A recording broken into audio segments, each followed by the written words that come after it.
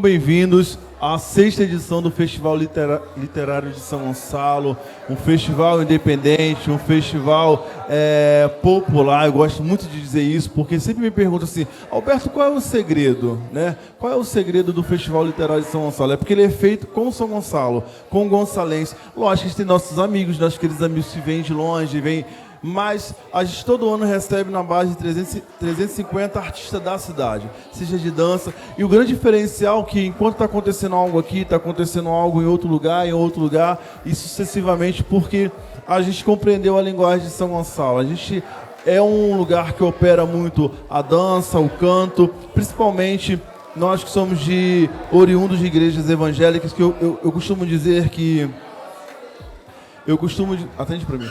Eu costumo dizer que os lugares mais democráticos para acesso, o primeiro acesso à cultura, são os espaços religiosos, que todo mundo toca, todo mundo canta, seja igreja católica, seja terreiros de matriz africana, todo mundo toca, todo mundo canta. Então é o primeiro contato que nós temos.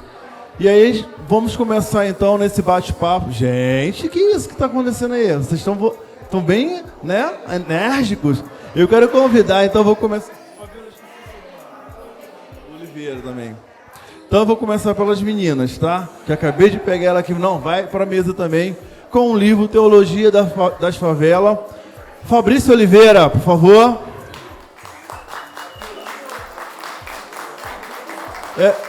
Eu falei o quê, Fabiola? Gente, é meu TDAH. Eu sou diagnosticado.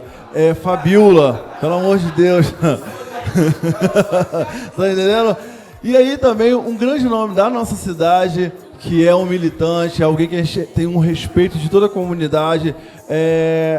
O nosso pastorzão, também falando de teologia da favela, pastor Júlio Oliveira. E aí...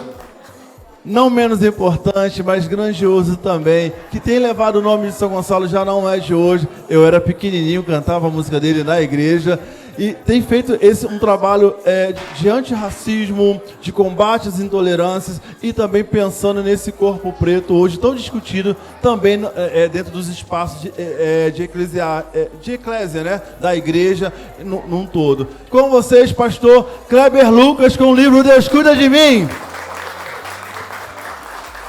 Eu preciso de microfone.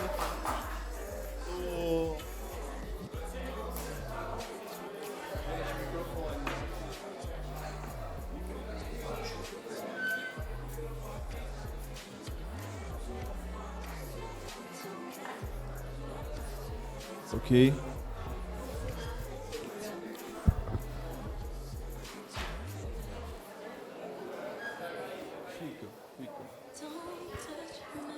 Vamos lá. Eu gostaria que vocês, nesse primeiro momento, se apresentassem pra gente. Fabiola. Quem é Fabiola? Fala um pouco pra gente de quem é a Fabiola, por favor. Em primeiro lugar, gratidão por essa oportunidade. Né? Não estava combinado, mas... Alberto, né, me veio ali e a gente já se conhece há muito tempo, conhecemos o trabalho de militância uns dos outros, né? Então agradeço a oportunidade de estar na Flisgo, obrigada, pastor, de estar na Flisgo, que é um instrumento muito importante para a cidade de São Gonçalo, é um instrumento fortalecedor da cultura, das artes, né, e dos trabalhos dos artistas e escritores e fazedores de cultura desse território tão importante para o estado do Rio de Janeiro. Então, estou muito feliz com essa oportunidade. Sou Fabiola Oliveira, sou filha da Dona Maria da Penha, sou uma mulher preta nascida... Inclusive, gente, por que vocês que não estão aí... deixa eu chamar a atenção de vocês aí. Galerinha, isso aqui é a professora de CIEP falando, não é escritora, não. Por que vocês não chegam para cá, dão para a gente o presente da atenção de vocês, cheguem junto para conhecer o que a gente está falando aqui, para construir coletivamente com a gente saberes. Eu acho que vai ser muito legal ter vocês presentes aqui junto, tá bom? E sou uma mulher preta, filha de Dona Maria da Penha, nascida e criada no Candomblé, filha de Oxum. Sou uma mulher preta seguidora, né, e discípula de Jesus Cristo, preto de Nazaré. Sou pedagoga, educadora popular, acredito na educação como ferramenta emancipatória e de construção de revolução na sociedade. Sou diretora executiva, né, idealizadora do Odara Cultura e Missão, que é um espaço de fomento, né, à educação popular, que trabalha com juventudes em situação de vulnerabilidade social. A gente aplica a Lei 10.639 nos equipamentos de cumprimento de medida socioeducativa. Atuamos com essas juventudes também em situação de vulnerabilidade dentro dos espaços de acolhimento institucional no município do Rio de Janeiro. E o nosso trabalho dentro dos espaços de privação e restrição de liberdade também se dão no município, mas também no estado do Rio de Janeiro, na Baixada Fluminense. Sou uma das autoras do livro Teologia de Favela. Tenho a oportunidade de estar ao lado de nomes como o do meu pastor, Júlio Oliveira, que é pastor da Comunidade Batista em São Gonçalo, onde eu também sou pastora. Comunidade Batista em São Gonçalo, que está há 15 anos no território de São Gonçalo, construindo uma jornada progressista, construindo uma jornada de confronto direto e frontal às intolerâncias, ao racismo e às práticas religiosas que cerceiam as pessoas dos seus direitos, né? Estou ao lado dele como autora também do livro Teologia de Favela, onde eu pude escrever, né, o livro de uma fé, falando sobre uma fé ancestral, né? Falo um pouco da experiência, que não é uma experiência chocante, embora choque muitas pessoas, que é a experiência da dupla pertença religiosa, sobretudo nos espaços periféricos e favelados, né, do nosso estado, e falando, né, das nossas cidades, tanto de São Gonçalo, como cidade do Rio de Janeiro, cidades da Baixada Fluminense. A dupla pertença religiosa não é uma manifestação descoberta agora pela academia e pelos saberes acadêmicos contemporâneos. A dupla pertença religiosa é uma história bastante conhecida das Ialorixás e dos Babalorixás de territórios favelados, que sempre louvaram ao Divino Espírito Santo, sempre louvaram a Jesus Cristo de Nazaré, sempre reconheceram a deidade de Deus, nosso Senhor, como nosso Deus Supremo, e reconhecem a beleza, a potência e o cuidado dos orixás na nossa vida. Reconhecem a potência da natureza e nos reconhecem enquanto partes integrantes da natureza. Essas experiências de fé são muito mais difusas do que a gente imagina, mas a gente vive um processo, né, de exacerbação das violências do racismo religioso, que é importante a gente politizar a violência do racismo religioso. É bastante importante a gente colocar como um evento político, que é um evento para fortalecer, né, os currais eleitorais, os currais religiosos dessas grandes agremiações, né, religiosas que querem mais construir um gado, né, para as suas práticas religiosas e fidelizar pessoas que são de matrizes africanas, que são pessoas oriundas da Umbanda e do Candomblé, fidelizá-las ao Evangelho, não ao Evangelho de Jesus Preto de Nazaré, mas esse Evangelho violento que divide, que separa, que destrói famílias e que vem destruindo muitos corações e espaços de coletividade. Eu acho que daqui a pouco eu posso falar um pouco mais sobre a construção do texto, sobre um pouco como o texto foi pensado, as inspirações do texto, inspirações essas que vêm do chão da minha vida, que vêm da minha família, que vêm sobretudo da minha mãe, que é a matriarca da minha família, Dona Maria da Penha, mas eu acho que a gente pode debater sobre isso mais para frente. Como nessa primeira rodada, porque todo mundo conhece o pastor Kleber Lucas como um grande cantor, eu conheço um pouco mais por conta de uma história, que a prima dele é minha prima, mas eu não sou primo dele. Entendeu? Quem é Kleber Lucas? Boa tarde, queridos. Eu queria pedir desculpa, em primeiro lugar, ter me atrasado muito. Eu saí de casa, a intenção era chegar aqui 1h15, mas da minha casa até aqui eu peguei trânsito e fiquei desesperado. Mas que bom que deu para chegar aqui. Toda vez que eu chego em São Gonçalo, a minha cabeça começa a girar muito. Primeiro porque eu saí de São Gonçalo, eu fui saído de São Gonçalo em 81. E foi numa circunstância muito traumática, muito violenta, muito abusiva. E com a minha saída de São Gonçalo, eu deixei muita coisa bonita por um bom tempo, que eu fiquei sem vir a São Gonçalo. Enfim, é um assunto que eu não preciso entrar muito não quero entrar muito nos detalhes, mas eu saí de São Gonçalo com 11 para 12 anos de idade, de uma circunstância muito violenta. E eu fiquei alguns anos sem voltar a São Gonçalo, depois voltei para rever meus amigos, parentes e tudo. Minha mãe é de Mimoso do Sul, minha avó, Josina, é do Mimoso do Sul. Minha avó teve 12 filhos, 11 filhos da minha avó moraram em São Gonçalo, foram criados em São Gonçalo. Então eu conheço São Gonçalo, eu tenho parente em São Gonçalo em tudo quanto é canto. Fora o fato de que eu nasci na favela da Coreia, ali no Pita, sabe o Pita ali? Eu nasci na favela da Coreia, no Pita. Depois que eu nasci de parteira, Dona Marlene, que fez o parto da maioria dos meus contemporâneos. Tem um monte de irmão de leite. Depois eu vim aqui para o Zé Garoto. Trouxeram minha mãe aqui para o Zé Garoto para preparar o menino e para voltar para casa. Eu morei no Pita, vou lembrar aqui, em Engenho Pequeno. Morei em Boa Vista, na favela da Boa Vista, uma favela no Boaçu. Morei em Marambaia, Apolo 13. Morei um pouquinho em Catarina, Munjolo, Santa Isabel também morei um pouquinho lá, porque minha mãe, como não tinha, às vezes, condições de pagar os barracos que a gente morava, a gente era despejado e ia morando nos lugares. Então minha mãe criou 3 filhos assim, nesses bairros todos. Foi uma forma também de eu conhecer, de eu pisar o chão de São Gonçalo, de pisar essa história. Meu pai também morou, meus pais separados, meu pai morou no Pita, ali perto eu estudei no Colégio Paulino Pinheiro Batista, alguém sabe onde é? Estudou ali, perto da Rua da Feira, em São Gonçalo. Eu sou daquela turma ali. Meu pai era compadre de Passarinho, seu Wilson Passarinho. Alguém lembra dos antigos? Alguém lembra?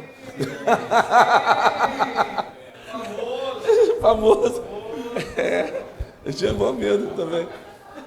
Eu morei na favela da Coreia e no meio da Coreia tinha um lixão, que hoje tem umas casas lá. Eu estive lá no Dia das Crianças fazendo uma entrega de uma doação, mas era um lixão, era um campinho de várzea e tinha um lixão ali onde a gente jogava bola, catava ferro velho e lixo bom, que a gente chamava. Tinha muito lixo bom que era levado ali. Nessa época de Natal tinha vários lixos bons. Era uma camisa, um sapato, uma chuteira, uma bola furada, mas dava para jogar ainda. E minha primeira profissão com 8, 9 anos de idade foi no ferro velho, porque a gente catava ferro velho no lixão e vendíamos ali na Rua da Feira. Eu vendi limão na Rua da Feira também, ali perto do Bar Vermelho e tal. Eu vendi limão ali e tinha um ferro velho ali. Eu vendia ferro velho, levava chumbo, antimônio. Então, quando eu chego aqui, uma vez eu vim jogar bola aqui, brincando com os meninos, jogando futebol de salão aqui em Nova Cidade, e a gente estava entrando no ônibus, o motorista percebeu que a gente não ia dar o balão, não sei se vocês sabem, dar o balão, e ele passou direto. Eu peguei uma pedra com os amigos, joguei, estourei o vidro da frente, fomos presos aqui na garagem do Nova Cidade. Era esse menino travesso que viveu aqui em São Gonçalo, sempre com uma sacola, catando fruta, jogando bola de gude, vendendo ferro velho. Eu sempre fui um articulador, assim, sempre fui um empreendedor mirim. Vendendo ferro velho, catando xepa na feira e fazendo sopa em casa e vendendo ferro velho. Não falo isso como uma história triste, é uma história de milhões de crianças do Brasil que começam a trabalhar muito cedo. Eu tenho um maior orgulho de ser de São Gonçalo. Acho que quase tudo que eu falo, eu estou muito feliz porque os garotinhos de São Gonçalo ganharam ontem o Grammy e eles são daqui, mas ficam na minha casa há muito tempo, assim, Cupertino, o Léo Guima, o Anchieta. E o Anchieta é do Engenho Pequeno, de onde eu sou de Engenho Pequeno, e o Rafael Zulu também é. A gente está pensando num projeto bem legal, até para a gente conversar. Bacana. O Zulu do Thiaguinho, sócio Thiaguinho, ator, né? Ele também é de lá. Então, assim, mais do que falar do meu livro, que é um livro de memórias, e traz essas memórias, que é a minha vivência, tanto dentro do viés pentecostal, que era a minha avó Josina, boa parte da minha família também, da minha tia Luísa, era da primeira igreja aqui do Mauro Jael, aqui, sabe, do Mauro Jael, parte de mãe era de pentecostal, e parte de pai era de terreiro. Então, eu fui criado em muitos terreiros aqui em São Gonçalo, fui acolhido, moramos em terreiro da Dona Dalva, do seu Argeu, do seu Celso, do seu Baiano. Nós moramos em terreiros. Quando minha mãe não tinha lugar para morar, era despejada. Quando a gente não ia para o barraco da minha avó lá do Boaçu, que era perigoso pra caramba naquela época, hoje deve estar tranquilo. Não, nada mudou. Nada mudou. Não, mas eu lembro de cabeça cortada em Boaçu, acabou. Não era isso não, isso aí, a gente deu uma segurada aí. Pô, mas Boaçu era sinistro. Sinistro.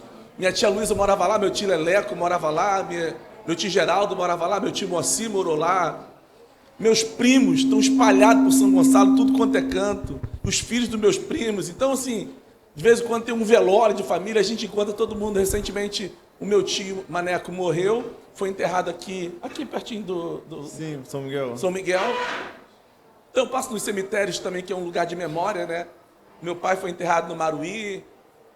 Minha tia Cocota foi enterrada em São Miguel, meu tio Maneco também, meu tio Moacir foi enterrado no Maruí. Aqui em São Gonçalo, aqui para dentro tem outro cemitério. Que é o de São Gonçalo mesmo. O cemitério de São Gonçalo, tem parentes meus aqui enterrados. Então, assim, o meu livro é um livro de memórias, que fala sobre essa criança preta que foi criada sem pai, morando em casa, mas cuidado por todo mundo, pela favela, pai de santo, mãe de santo, seu Fragoso, que era da Assembleia de Deus, e a dona Olga, que a gente pegava água na cisterna dela. E eu sou muito grato, eu tenho muito orgulho de dizer para todo mundo que eu sou de São Gonçalo. Eu sou de São Gonçalo. A princípio é isso. Hoje a ponte engarrafou, né?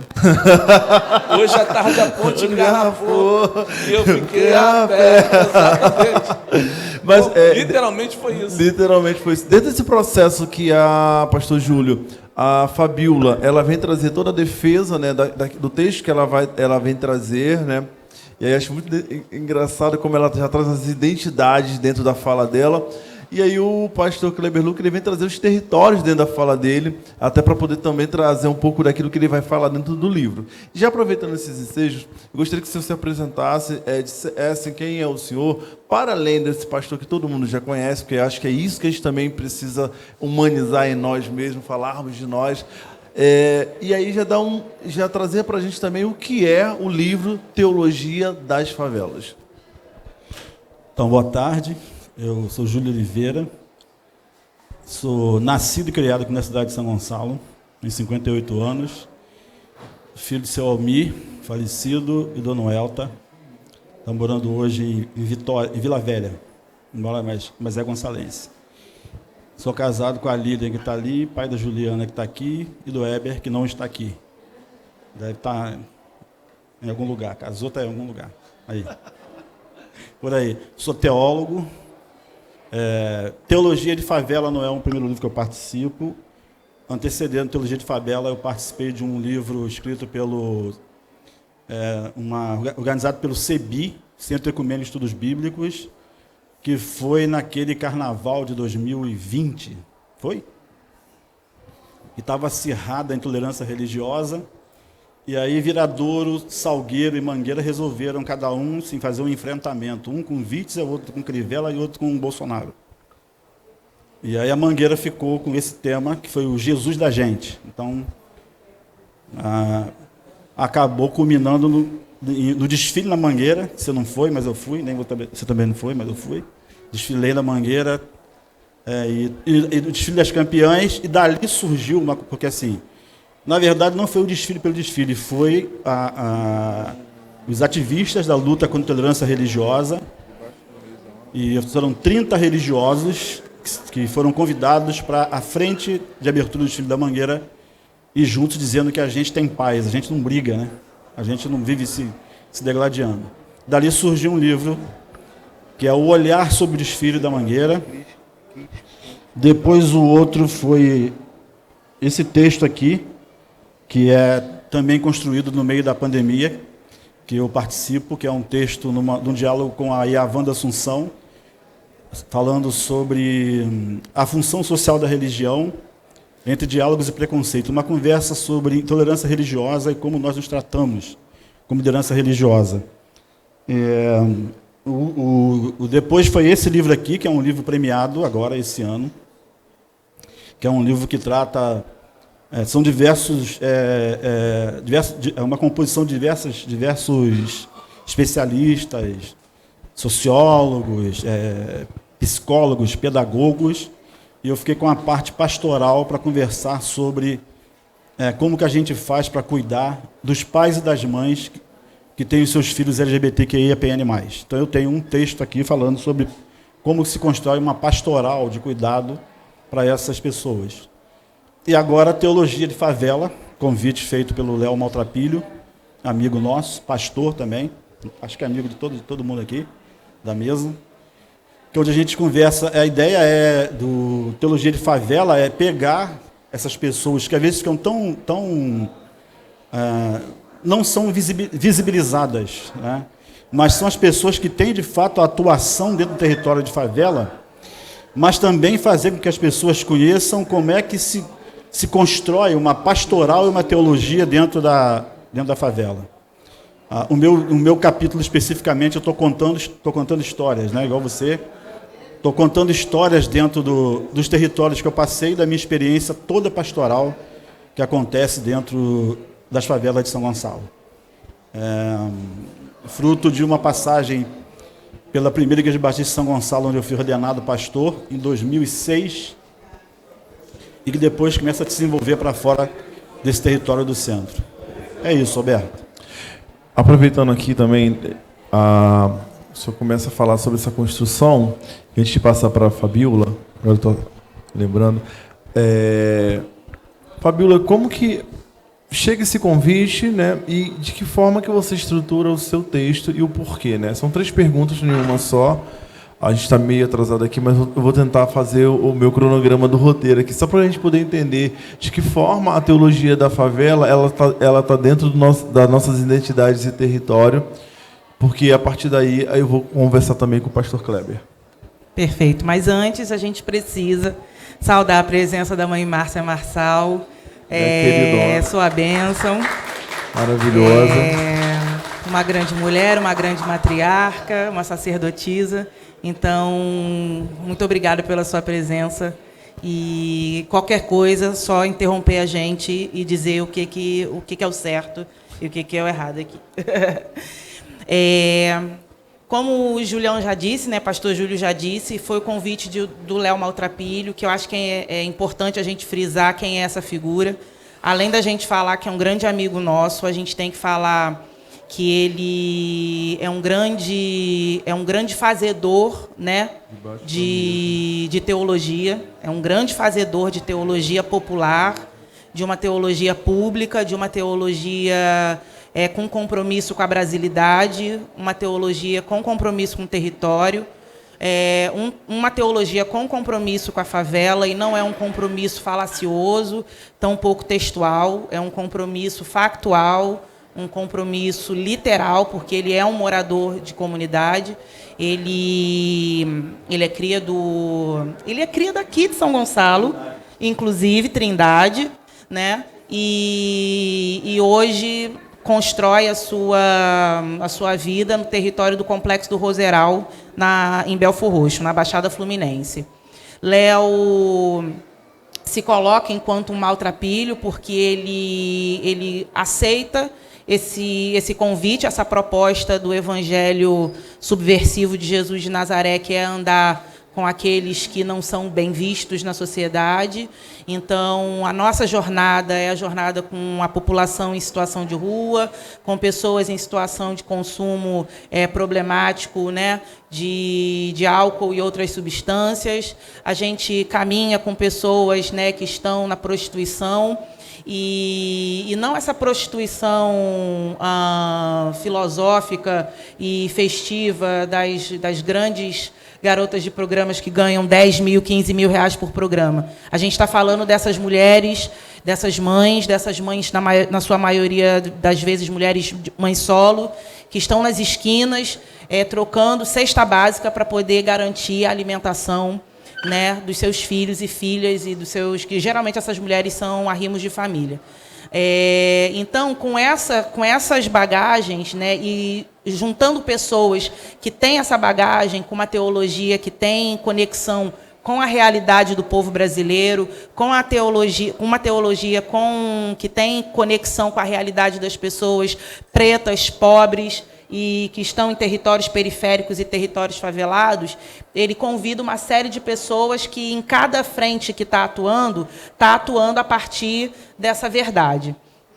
Esse convite que o Léo me faz é um convite que até eu e o Julião temos conversado bastante, que é um convite que quase ninguém que está pensando teologia no Brasil faz para a gente. Porque as pessoas que fazem teologia no Brasil, elas estão muito conectadas com a teologia sistemática, estão conectadas com a hermenêutica, estão conectadas com os conservadores, né? Estão conectadas com aqueles que produziam teologias em outros séculos, e pouco estão falando daqueles que estão produzindo teologia, inclusive fora dos ambientes acadêmicos. Né? A gente sabe que a academia é um grande território, é um grande equipamento e um grande instrumentalizador de potências, de falas, de questões que o nosso pastor aqui, Kleber, pode falar muito bem sobre isso, né? Sobre a questão da academia. Mas é importante também dizer que algumas pessoas que estão dentro da academia, dentro desse instrumento da academia, estão reconhecendo que muito do que é feito de produção de conhecimento tem muito mais excelência e muito mais proeficiência quando está nos territórios que não são configurados e não são engavetados por esses saberes que são brancos, que são europeus, que são masculinos e que são heteronormativos. Então, quando o Léo me chama para poder falar, né, no livro, ele dá uma abertura, pergunta sobre o que eu queria falar. E como nenhuma das pessoas que estão produzindo teologia no Brasil tiveram a coragem de convidar a gente para poder falar de uma teologia brasileira de fato, e de uma teologia que tem conexão com todos os saberes das religiões de matriz africana, porque se eu estiver falando uma grande besteira aqui, mãe Márcia, por favor, me corrige, mas antes dos anos 60, não era tão comum essa violência. Assim, claro que a gente está falando aqui do Brasil Império, né, depois no Brasil pré-república, que tem as polícias que chegam dentro dos terreiros para poder violentar as ialorixás, os babalorixás e as pessoas que praticam os cultos de matriz africana, mas as igrejas evangélicas, muitas das vezes, se conectavam com os terreiros de candomblé para poder garantir comida para as pessoas que passam fome, garantir casa para quem não tinha moradia, garantir saúde. Quantas vezes eram os terreiros de candomblé que eram as farmácias populares das pessoas que moravam nas favelas, porque pegavam boldo para curar o fígado, pegavam carqueja para curar outras coisas que carqueja cura, pegavam amora para cuidar da saúde reprodutiva das mulheres, né? Folhas de amora para cuidar da saúde reprodutiva das mulheres. Então, era isso que eu queria colocar. E eu queria colocar a história da minha mãe, eu queria colocar da minha mãe carnal, queria colocar a história da minha avó, minha mãe, Dona Maria da Penha, queria colocar a história da minha avó, vovó Neném, de Iemanjá. Queria contar a história dessas mulheres que, desde que eu sou criança, me ensinaram a amar a terra, me ensinaram a amar o Molu, me ensinaram a amar o Baluaê, me ensinaram a amar a justiça, me ensinaram a amar Xangô, me ensinaram a amar a deusa do amor, me ensinaram a amar Oxum, me ensinaram a amar a tempestividade de Inhansã, mas me ensinaram a amar a fraternidade, a paternidade e a irmandade contida na figura de Jesus Cristo de Nazaré. E desde a minha tenra infância, lá nos idos dos anos 80, eu nunca fui capturada por essa mentira insana e violenta e muito bem politicamente colocada na nossa sociedade, de que Jesus era uma figura de um homem branco. Eu sempre soube que Jesus não era a figura da TV Record, porque não seria possível um Jesus branco, louro, de olho azul, ter sido refugiado no Egito. na terra do Kemet, das pessoas pretas, das pessoas de pele preta. Então, foram essas mulheres que me ensinaram a amar Jesus de Nazaré. E foi a violência da institucionalidade evangélica conservadora, fundamentalista, que me fez me afastar dessa experiência espiritual e dessa experiência de sinergia, que é a experiência com Jesus preto de Nazaré. A experiência com esse Jesus branco é uma experiência que sequela, é uma experiência que rompe, enquanto a experiência com Jesus preto de Nazaré é uma experiência que funciona como um amálgama, que fortalece, que une e que conecta as pessoas. Por isso que nesse livro tem lá a experiência da minha mãe, que foi orientada por uma pombagira, que é uma figura muito importante, né, das religiões de matriz africana, das pessoas que cultuam, né, na Umbanda, uma figura de uma mulher, uma deusa, uma mulher, né, uma ancestral que está na rua, que rompe. E essa relação está toda dentro do seu texto. Toda texto, né? Essa mulher que rompe com o patriarcado, essa mulher que rompe com essa corporeidade feminina que no início dos séculos 18 e 19 era uma mulher com corpo fechado, era uma mulher com corpo tolhido, era uma mulher com corpo desconfigurado, era uma mulher com corpo desqualificado, que era visto apenas para o cuidado e para a maternidade.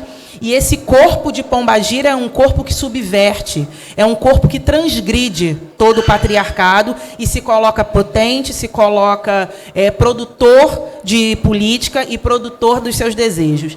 E essa pombagira diz para minha mãe que uma doença que ela tinha seria cuidado pelo homem da cruz, pelo homem da Casa Branca, pelo homem da Casa Grande.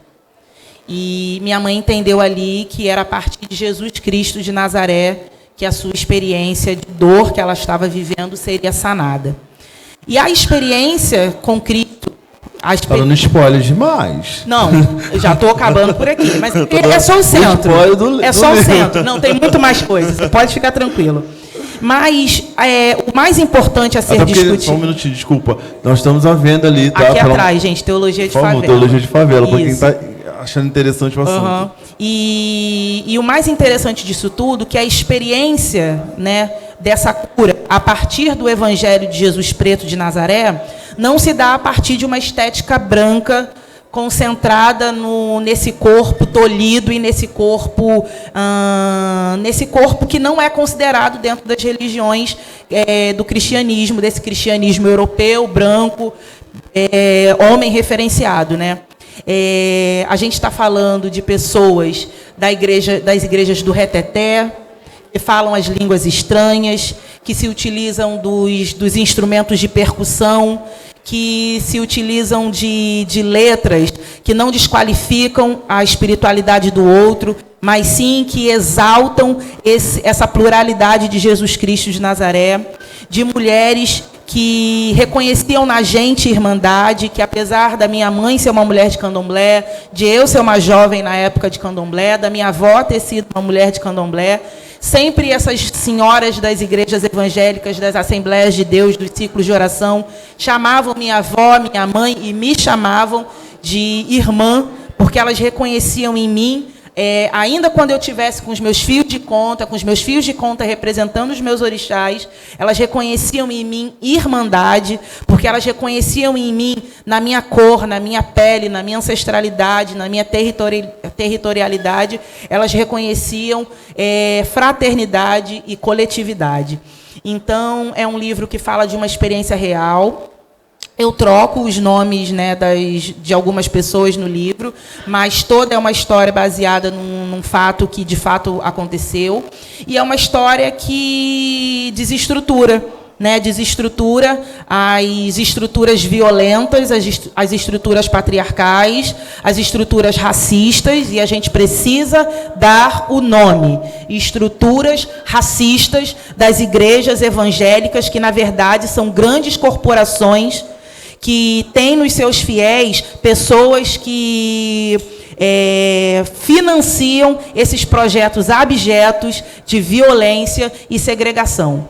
A gente tem que separar as igrejas evangélicas que têm conexão com Jesus Cristo Preto de Nazaré, as igrejas que estão concentradas no campo progressista, e ainda assim a gente precisa fazer muitas críticas ao campo progressista, que muitas das vezes bate nas costas das pessoas de religião de matriz africana, tiram fotos em grandes eventos, mas não pisam e nem passam na porta dos terreiros de candomblé, não comem os doces de Cosme Damião, não comem os carurus, não comem as comidas de axé. Porque acreditam, no final das contas, que as Ialorixás precisam de salvação. Vai me dizer que não é verdade. E a gente precisa falar isso. A gente precisa tirar os nossos preconceitos das nossas gavetas, entendeu? E a gente precisa parar de falar palavras que funcionam muito bem no Instagram, mas não funcionam na vida real. Não funcionam no dia a dia das comunidades tradicionais de terreiro, que muitas das vezes são desrespeitadas por aqueles que dizem respeitá-las. Mas a gente sabe que não é verdade. Então, assim, esse texto, ele tem alguns objetivos. Acalmar o coração daqueles e daquelas que amam os orixás e amam Jesus Cristo de Nazaré. E que trilhem um caminho de entender que Jesus Cristo de Nazaré dá pistas muito nítidas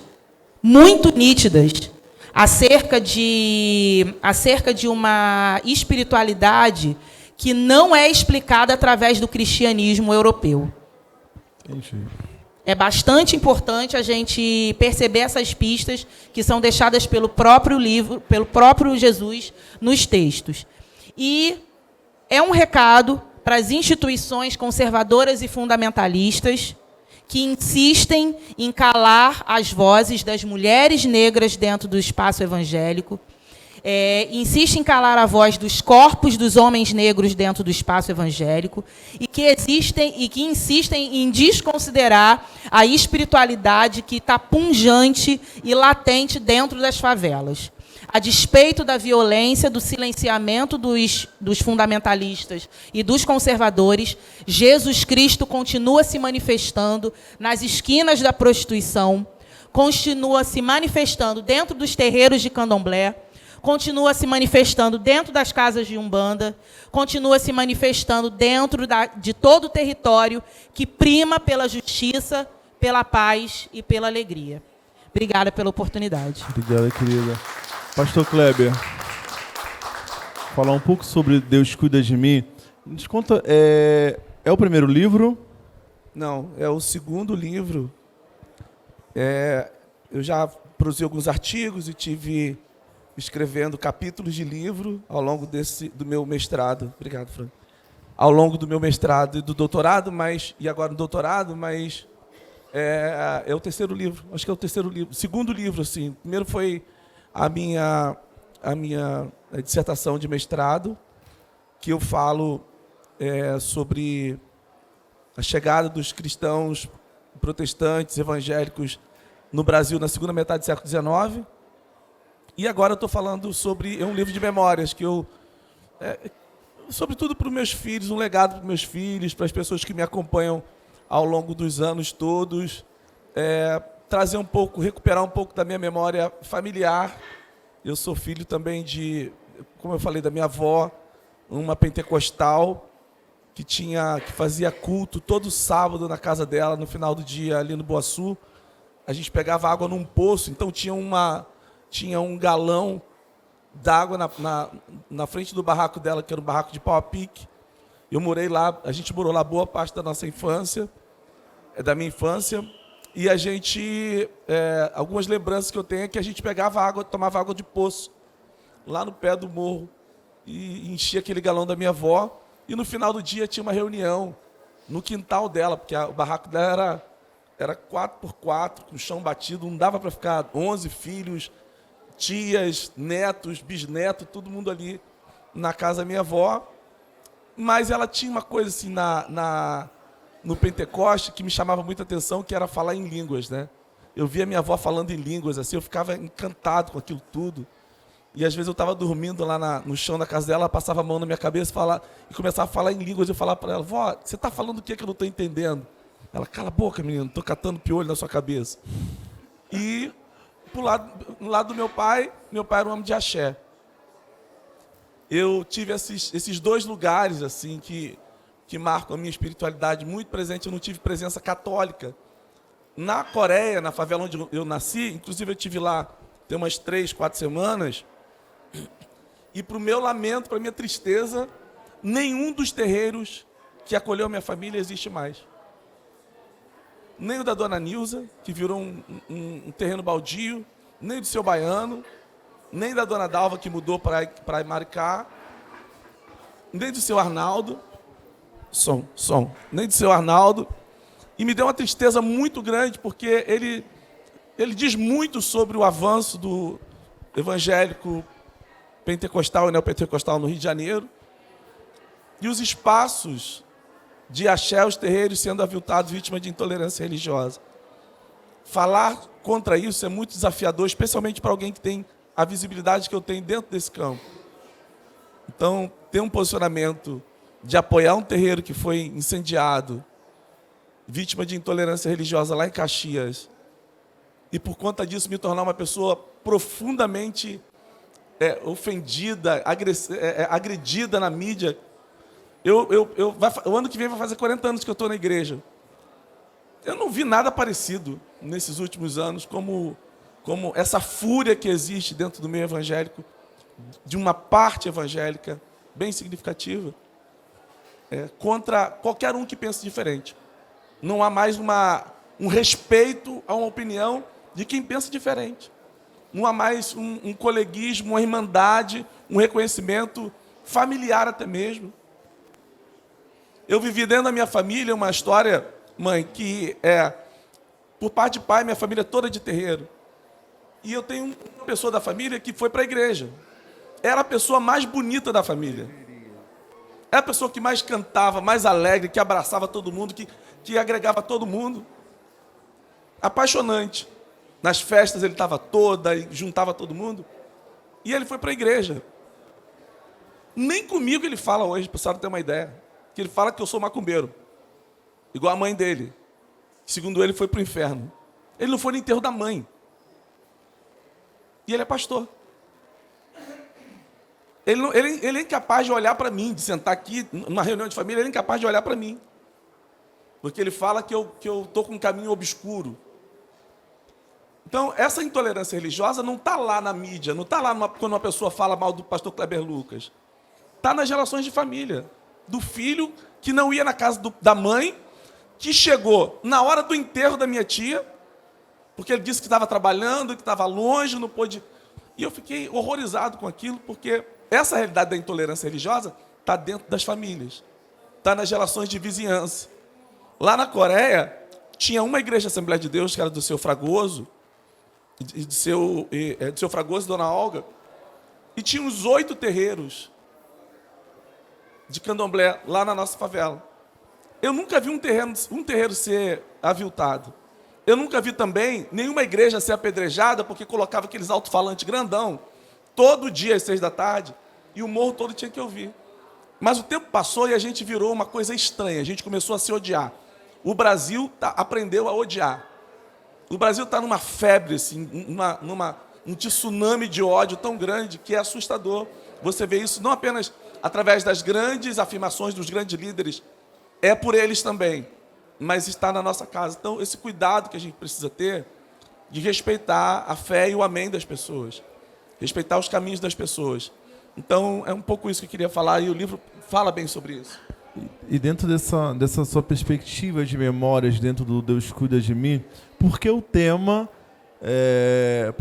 Deus Cuida de Mim, pensando já nessa conexão, já que a música de maior sucesso, não de maior sucesso, mas que ela te introduz de uma forma bem diferente no mercado musical, e aí a nível... Porque você vem do Koinonia, eu sou do tempo Koinonia, eu sou do tempo que a gente ensaiava para poder cantar de verdade na igreja, que não era o que a gente queria cantar, não era o que estava na mídia, mas era aquilo que a comunidade precisava, e a gente vai te acompanhando nesse processo. E por que Esse livro em específico de memórias tem o nome Deus Cuida de Mim? Porque eu vou narrando, a partir que eu vou narrando minhas vivências, eu vou mostrando quanto que Deus esteve cuidando de mim através da Dona Olga e seu Fragoso, que a gente pegava água na casa deles.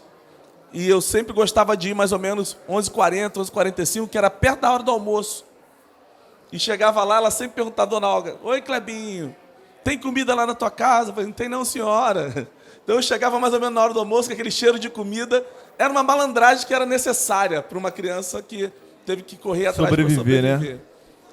E também Deus cuidou muito de mim quando, por exemplo, uma mãe de santo chamada Dona Dalva, lá da Coreia, amiga da minha mãe, comadre da minha mãe, ela tinha 7 filhos. E às vezes que a gente não tinha onde morar, ela dizia o seguinte: se tem lugar na minha casa para os meus 7 filhos, vai ter para os 3 de Maria. Então eu vejo o cuidado de Deus através dela, do seu Ageu, da Dona Nilza. Eu sou de uma época que não tinha SUS lá na favela, né? Eu tenho um machucado aqui, mãe, ó. Isso aqui cortou daqui até aqui embaixo. Eu tenho outro aqui, tenho outro aqui. Quem cuidou dessa ferida, dessa bicheira aqui que a gente falava, era a mãe de santo.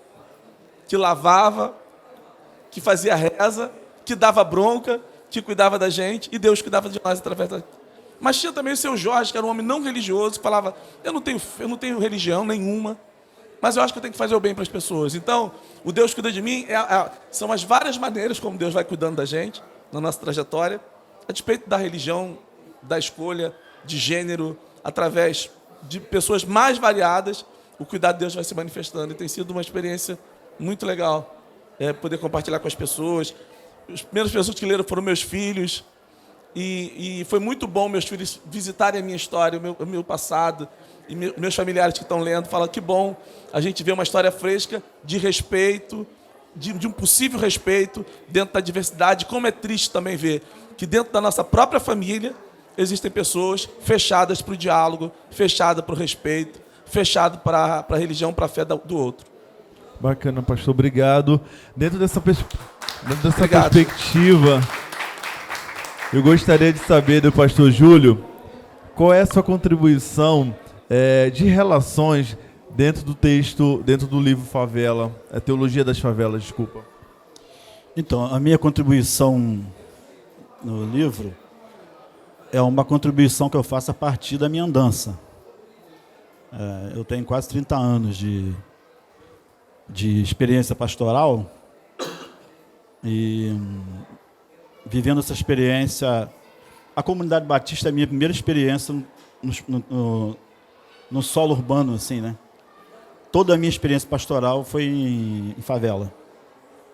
Foi na favela. Então, eu conto um pouco das experiências que eu tenho dentro desses territórios, né? Da primeira comunidade igreja que eu comecei foi no Amendoeira. Foi no lugar onde eu morei também, né? E ali eu comecei uma comunidade em frente à favela da Fazendinha. Hoje tá brabo lá, né? Mas assim, foi ali, naquele território, que eu iniciei o trabalho. E ali eu vou narrar um pouco das experiências bem, bem pessoais, né? Porque eu sou conhecido como teólogo orgânico, né? Então, assim, a minha experiência é essa. Que inclusive, eu acho e falo sempre isso, que para cada pessoa Deus tem uma teologia. E isso é muito difícil para um monte de gente. Porque você tem que ter essa vivência, essa andança e construir na conversa com as pessoas o caminho que ela vai fazer na sua jornada com Deus. Então eu vou narrando as experiências desde a favela, vou dar pouco spoiler, né? Então é um livro de experiência, de memórias, assim, e das minhas desconstruções. Por exemplo, na minha última experiência, onde eu tive agora há um tempo atrás no Morro do Castro, eu conto como é que eu consegui, as pessoas me perguntam como é que eu conseguia ser uma figura, um evangélico progressista, um pastor progressista, dentro de uma igreja batista completamente pentecostal. E eu fui pastor dessa igreja com a minha família 3 anos, 2 anos e meio, voltei depois, fiquei mais 3 anos, entrei, saí, cuidei das pessoas, desenvolvi o ministério pastoral lá, respeitei a maneira como as pessoas expressam a sua religiosidade, a sua espiritualidade, saí de lá e continuo falando com as pessoas. Porque eu acho que esse é o enorme desafio que a gente tem dentro do território de favela. é essa diversidade. E uma diversidade que não é cooptada por movimento nenhum. As igrejas neopentecostais, as maiores que a gente tem, as grandes, que a gente poderia citar um monte de nome aqui, elas não têm poder sobre as igrejas pequenas, uma porta, meia porta, no território de favela. Não tem. E essas igrejas têm a sua própria teologia. E eles têm uma boa vivência das relações com as pessoas do território. Pior agora, como disse o Kleber e a Fabiola, por conta desse ódio espalhado, instalado. Eu tive numa escola estadual... Terrorismo, né? Terrorismo. Eu tive numa escola estadual ontem, eu e o Maiar conversando sobre tolerância religiosa. Eu cheguei em casa apavorado de ver assim, uma garotada de 17, 18 anos, assim, violenta. Eles primeiro atacaram a EA, depois eles vieram para cima de mim. O que é pecado? Perguntaram para ela, Jesus vai voltar? A senhora acredita no inferno? Acredita no céu? A senhora lê a Torá? A Torá. O que Torá tem a ver com a gente? Então, assim, eu fiquei observando aquilo ali, e fiquei falando assim, pegando um pouco da fala do Kleber e da Fabiola, o tamanho do buraco que o movimento evangélico brasileiro está metido e não percebe, e não se vê nisso aí. Então, eu vou narrando essas experiências, são emocionantes, são desconstruções minhas, nas relações, até chegar no momento que eu estou vivendo hoje, nesse envolvimento com a luta antirracista, na luta contra a intolerância religiosa, no combate à LGBTfobia, e esses caminhos que eu tenho feito hoje. Gente, felizmente nós estamos indo para a nossa última rodada aqui das considerações finais, porque nós temos ainda o lançamento aqui generoso do Estevão Ribeiro, vou apresentar ele já, da mãe Márcia Marçal, que eu estou pegando no pé dela já há meses. Ela assim, eu não posso, eu falei, pode? Então eu vou rapidinho aí. É de Campo Grande, né, gente? Pra cá é chão. Mas nessa rodada final de 1 minuto aí, essas considerações finais, Fabiola, por favor. Bom, mais uma vez saudar, né, a Flisgo através da sua pessoa, Alberto.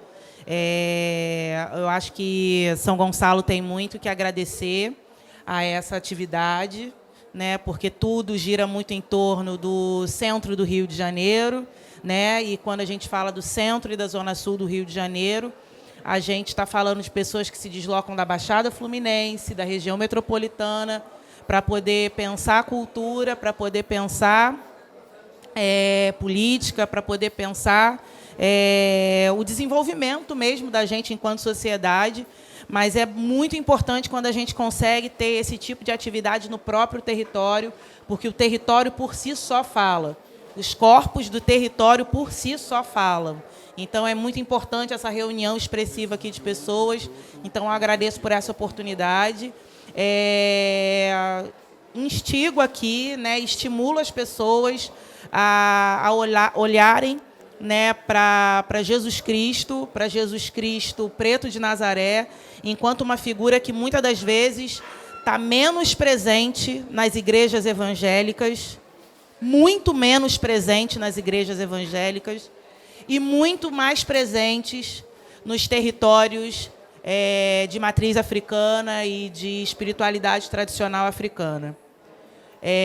Porque quando a gente está falando dos territórios tradicionais de espiritualidade africana, a gente está falando de cuidado com o meio ambiente, a gente está falando de respeito à corporeidade das pessoas, a gente está falando de respeito às expressões de gênero das pessoas, gênero e sexualidade, a gente está falando em respeito às expressões políticas das pessoas, a gente está falando em dividir a mesa, a gente está falando em dividir o pão, a gente está falando em dividir a água potável e manter a água potável na nossa natureza.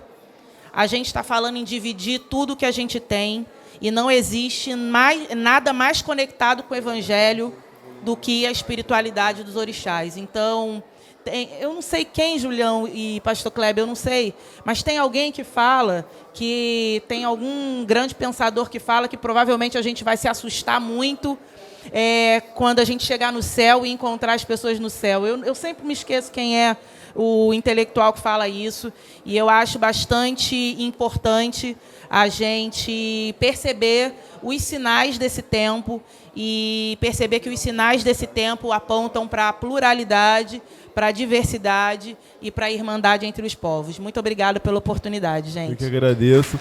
Quero já de antemão agradecer a generosidade também do pastor Kleber. Também não consegui estar porque os V20 está congestionando o país, né? E quando chega novembro começa a puxar todo mundo. Mas a sua generosidade é importante para a gente, a sua referência quanto pessoa na mídia, mas para além disso, quanto pessoa em construção, que construiu de alguma forma os nossos territórios, na música, nosso território, nas religiosidades, nossos territórios familiares e as nossas identidades, seja elas quais forem, a partir da sua musicalidade, a partir da sua escrita, que antes de musicada ou com melodia, com harmonia, ela é uma experiência que nos eleva de uma certa forma ao Cristo Preto, no qual eu também. E a Fabíola falou que é pastora, né? Eu já fui, na verdade sou pastor também, né? Não exerço mais, não estou hoje dentro de um espaço religioso. Eu fico vendo vocês, a pergunta sempre é o seguinte: Alberto, por que você deixou? É porque o corpo político de Cristo já não se via nas ações da instituição no qual eu congregava. E eu precisei estar nesses espaços como esse para poder vivenciar o corpo de Cristo na íntegra, né, de ajudar a quem precisa, de pensar nas diversas identidades e territórios no qual Cristo dialoga diretamente e que às vezes não é dialogado em cima do púlpito, né? E aí eu não estou falando que quem está certo ou quem está errado, estou falando de uma experiência que aí o pastor Kleber Luca vai trazer das diversas experiências, porque mamãe agora já é da igreja, né? Mas a minha avó é de Quimbanda, minha outra avó é de Jurema, e aí eu tenho vó porque eu sou de São Luís do Maranhão. Então, assim, é muito misturada a minha família, e a gente se dá muito bem, a gente consegue congregar. E eu me vejo, desculpa a minha fala além, né?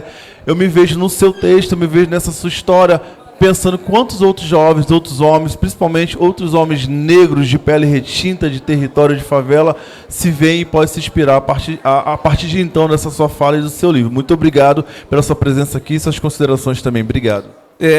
Eu sempre quero dizer sim para São Gonçalo.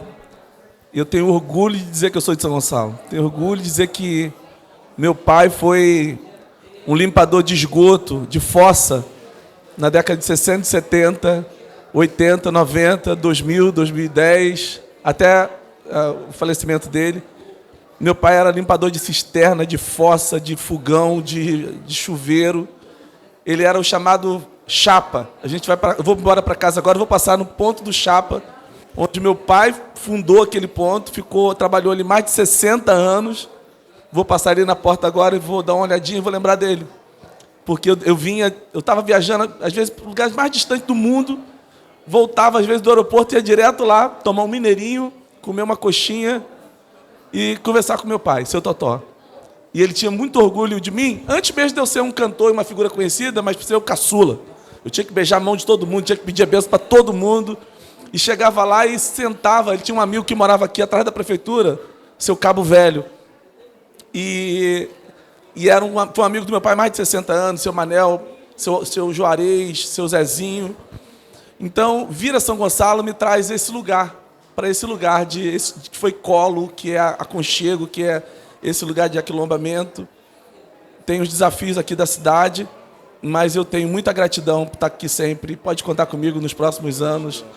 Eu quero muito estar aqui em São Gonçalo. E agradeço pela oportunidade de estar com vocês aqui. Mais uma vez, pedir desculpa pelo atraso, porque o trânsito estava bravo, e morando em São Gonçalo, você sabe como é. Mas muito obrigado pelo acolhimento, pelo carinho de vocês. Paz, amém, axé. Amém. Obrigado. Pastor Júlio, chegou! 6ª edição e o senhor conseguiu chegar até aqui. Gratidão. As suas considerações, por favor, meu pastor.